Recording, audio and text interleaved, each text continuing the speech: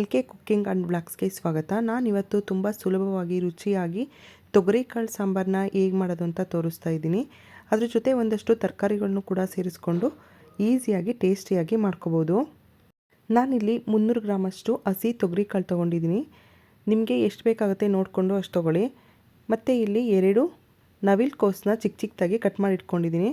ಮತ್ತು ಎಲ್ಲ ತರಕಾರಿಗಳನ್ನು ಸಿಪ್ಪೆ ತೆಗೆದು ತೊಳೆದು ಮತ್ತು ಕಟ್ ಮಾಡಿ ಇಟ್ಕೊಂಡಿದ್ದೀನಿ.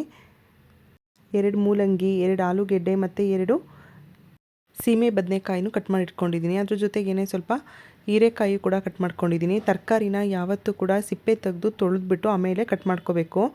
ಈ ಥರ ಕಟ್ ಮಾಡಿಕೊಂಡು ತರಕಾರಿನ ತೊಳಿಬಾರ್ದು. ಇವಾಗ ಖಾರ ರುಬ್ಕೊಳ್ಳೋಕ್ಕೆ ಏನೇನು ಬೇಕು ಅಂತ ನೋಡೋಣ. ನಾನಿಲ್ಲಿ 1 ಕಪ್ಪಷ್ಟು ತೆಂಗಿನ ತುರಿ ತೊಗೊಂಡಿದ್ದೀನಿ. 1 ಸ್ಪೂನು ಅಚ್ಚ ಖಾರದ ಪುಡಿ ತೊಗೊಂಡಿದ್ದೀನಿ. 2 ಸ್ಪೂನು ಧನಿಯಾ ಪೌಡರ್ ತೊಗೊಂಡಿದ್ದೀನಿ. ಧನಿಯಾ ಪೌಡರ್ದು ಲಿಂಕು ಡಿಸ್ಕ್ರಿಪ್ಷನ್ ಹಾಕಿರ್ತೀನಿ, ಯಾರು ನೋಡಿಲ್ಲ ಅವರು ನೋಡ್ಬೋದು. ಮತ್ತು ಸ್ವಲ್ಪ ಕೊತ್ತಂಬರಿ, ಶುಂಠಿ, 1 ಟೊಮೊಟೊ, 1 ಈರುಳ್ಳಿ ತೊಗೊಂಡಿದ್ದೀನಿ. ಇವಾಗ ಇಲ್ಲಿ ಒಂದು ಕಡಾಯಿಗೆ 1 ಸ್ಪೂನಷ್ಟು ನಾನು ಕೊಬ್ಬರಿ ಎಣ್ಣೆ ಹಾಕ್ಕೊಂಡಿದ್ದೀನಿ. ನೀವು ಮನೆಯಲ್ಲಿ ಯಾವ ಎಣ್ಣೆ ಯೂಸ್ ಮಾಡ್ತೀರಾ ಆ ಎಣ್ಣೆನ ಹಾಕ್ಕೋಬೋದು. ಎಣ್ಣೆ ಸ್ವಲ್ಪ ಬಿಸಿ ಆದಮೇಲೆ ಅದಕ್ಕೆ ಸಾಸಿವೆ ಹಾಕ್ಕೊಂಡು 1 ಕಟ್ ಮಾಡಿರೋ ಈರುಳ್ಳಿ ಹಾಕ್ಕೊಂಡಿದ್ದೀನಿ. ಈರುಳ್ಳಿ ಎಣ್ಣೆಯಲ್ಲಿ ಸ್ವಲ್ಪ ನೀಟಾಗಿ ಫ್ರೈ ಮಾಡ್ಕೋಬೇಕು. ಈ ಥರ ಸ್ವಲ್ಪ ಫ್ರೈ ಆದಮೇಲೆ ಇದಕ್ಕೆ 1 ಟೊಮೊಟೊ ಹಾಕ್ಕೊಂಡಿದ್ದೀನಿ. ಟೊಮೊಟೊ ಕೂಡ ಸ್ವಲ್ಪ ಎಣ್ಣೆಯಲ್ಲಿ ಫ್ರೈ ಮಾಡ್ಕೋಬೇಕು. ನಾನಿವತ್ತು ಹಸಿ ತೊಗರಿಕಾಳು ಸಾಂಬಾರನ್ನ ಈ ಥರ ಓಪನ್ ಪಾಟಲ್ಲೇ ಮಾಡಿ ತೋರಿಸ್ತಾ ಇದ್ದೀನಿ. ಇದನ್ನು ನೀವು ಬೇಕಂದರೆ ಕುಕ್ಕರಲ್ಲೂ ಕೂಡ ಮಾಡ್ಕೋಬೋದು, ಆದರೆ ಈ ಥರ ಮಾಡಿದ್ರೆ ರುಚಿ ತುಂಬಾ ಚೆನ್ನಾಗಿರುತ್ತೆ. ನೋಡಿ, ಈ ಥರ ಸ್ವಲ್ಪ ಫ್ರೈ ಆದಮೇಲೆ ಇವಾಗ ಎಲ್ಲ ಕಟ್ ಮಾಡಿರೋ ತರಕಾರಿ ಹಾಕ್ಕೊಂಡಿದ್ದೀನಿ. ಕೆಲವರು ತೊಗರಿಕಾಳು ಮತ್ತು ಬದನೆಕಾಯಿ, ಆಲೂಗೆಡ್ಡೆ ಹಾಕಿ ಮಾಡ್ತಾರೆ. ಈ ಥರ ಒಂದು ಸಲ ಟ್ರೈ ಮಾಡಿ ನೋಡಿ, ತುಂಬಾ ಚೆನ್ನಾಗಿರುತ್ತೆ. ಅದ್ರ ಜೊತೆಗೇ ಕಾಳು ಹಾಕ್ಕೊಂಡು ಒಂದು ಸ್ವಲ್ಪ ನೀಟಾಗಿ ಈ ಥರ ಮಿಕ್ಸ್ ಮಾಡ್ಕೋಬೇಕು. ಈ ಥರ ಸ್ವಲ್ಪ ಎಣ್ಣೆಯಲ್ಲಿ ಬಾಡಿಸ್ಕೊಂಡ್ರೆ ಟೇಸ್ಟ್ ತುಂಬ ಚೆನ್ನಾಗಿ ಬರುತ್ತೆ. ಅದಕ್ಕೇ ಈ ಥರ ಸ್ವಲ್ಪ ಎಣ್ಣೆಯಲ್ಲಿ ಬಾಡಿಸ್ಕೋಬೇಕು ತರಕಾರಿನ. ಜಾಸ್ತಿ ಎಲ್ಲ ಬೇಡ, ಒಂದು 2ರಿಂದ 3 ನಿಮಿಷ ಈ ಥರ ಬೇಯಿಸ್ಕೊಂಡ್ರೆ ಸಾಕು. ಇದನ್ನು ಕ್ಲೋಸ್ ಮಾಡಿ ಲೋ ಫ್ಲೇಮಲ್ಲಿಟ್ಟು ಇವಾಗ ಖಾರ ರುಬ್ಕೊಳ್ಳೋಣ. ಇಲ್ಲಿ ಒಂದು ಮಿಕ್ಸಿ ಜಾರ್ಗೆ ನಾನು ಕಟ್ ಮಾಡಿ ಇಟ್ಕೊಂಡಿರೋ ಈರುಳ್ಳಿ ಮತ್ತು ಕೊತ್ತಂಬರಿ, ಶುಂಠಿ, ಟೊಮೊಟೊ, ತೆಂಗಿನ ತುರಿ ಎಲ್ಲ ಹಾಕ್ಕೋಬೇಕು. ಇದ್ರ ಜೊತೆಗೆ ಬೇರೆ ಏನು ಹಾಕಿದ್ರೂ ಅಷ್ಟು ಟೇಸ್ಟ್ ಬರಲ್ಲ, ಅದಕ್ಕೋಸ್ಕರ ನಾನು ಕೊತ್ತಂಬರಿ ಮತ್ತು ಶುಂಠಿ ಮಾತ್ರ ಆ್ಯಡ್ ಮಾಡ್ಕೊಂಡಿದ್ದೀನಿ. ಇವಾಗ ಇದ್ರ ಜೊತೆಗೆ ಧನಿಯಾ ಪೌಡರು ಮತ್ತು ಅಚ್ಚ ಖಾರದ ಪುಡಿ ಹಾಕ್ಕೊಂಡು ಇದಕ್ಕೆ ನೀರು ಹಾಕ್ಕೋಬೇಕು. ನೀರು ನೋಡಿಕೊಂಡು ಎಷ್ಟು ಬೇಕಾಗುತ್ತೆ ಅಷ್ಟು ಹಾಕ್ಕೊಂಡು ಇದನ್ನು ನುಣ್ಣಗೆ ಈ ಥರ ರುಬ್ಕೋಬೇಕಾಗತ್ತೆ.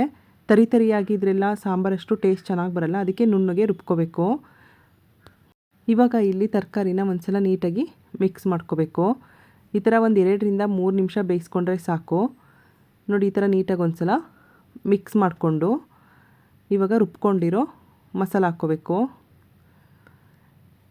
ಇವಾಗ ಮಿಕ್ಸಿ ಜಾರ್ಗೆ ಸ್ವಲ್ಪ ನೀರು ಹಾಕ್ಕೊಂಡು ಅದ್ರದ್ದು ಮಸಾಲ ನೀರು ಕೂಡ ಹಾಕ್ಕೋಬೇಕು. ಇವಾಗ ಸಾರು ಎಷ್ಟು ಬೇಕಾಗುತ್ತೆ ನೋಡಿಕೊಂಡು ಅಷ್ಟು ನೀರು ಹಾಕ್ಕೋಬೇಕು. ನಿಮಗೆ ತೆಳ್ಳಗೆ ಬೇಕು ಅಂದರೆ ಸ್ವಲ್ಪ ಜಾಸ್ತಿ ಹಾಕ್ಕೊಳ್ಳಿ, ಇಲ್ಲ ಅಂದರೆ ನೋಡಿಕೊಂಡು ಒಂದು ಹದದಲ್ಲಿ ನೀರು ಹಾಕ್ಕೋಬೇಕು.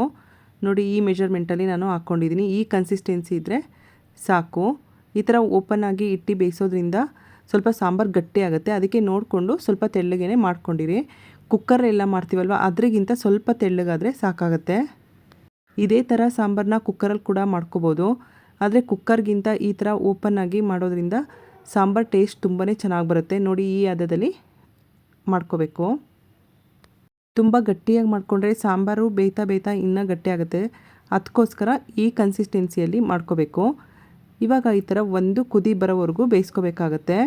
ಇದನ್ನು ಕ್ಲೋಸ್ ಮಾಡಬಾರ್ದು. 1 ಕುದಿ ಬರೋವರೆಗೂ ಬೇಯಿಸ್ಕೊಂಡು ರುಚಿಗೆ ಎಷ್ಟು ಬೇಕಾಗುತ್ತೆ ನೋಡಿಕೊಂಡು ಅಷ್ಟು ಉಪ್ಪು ಹಾಕ್ಕೋಬೇಕು. ನಾನಿಲ್ಲಿ 1 ಸ್ಪೂನು ಉಪ್ಪು ಹಾಕ್ಕೊಂಡು ಇದನ್ನು ಚೆನ್ನಾಗಿ ಮಿಕ್ಸ್ ಮಾಡ್ಕೋಬೇಕು.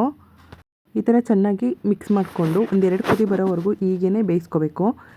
ಮತ್ತು ಇದನ್ನು ಸ್ವಲ್ಪ ಬೆಂದ ಮೇಲೆ ಕ್ಲೋಸ್ ಮಾಡಿ ಲೋ ಫ್ಲೇಮಲ್ಲಿಟ್ಟು ತರಕಾರಿ ಬೇಯೋವರೆಗೂ ಬೇಯಿಸ್ಕೋಬೇಕಾಗತ್ತೆ.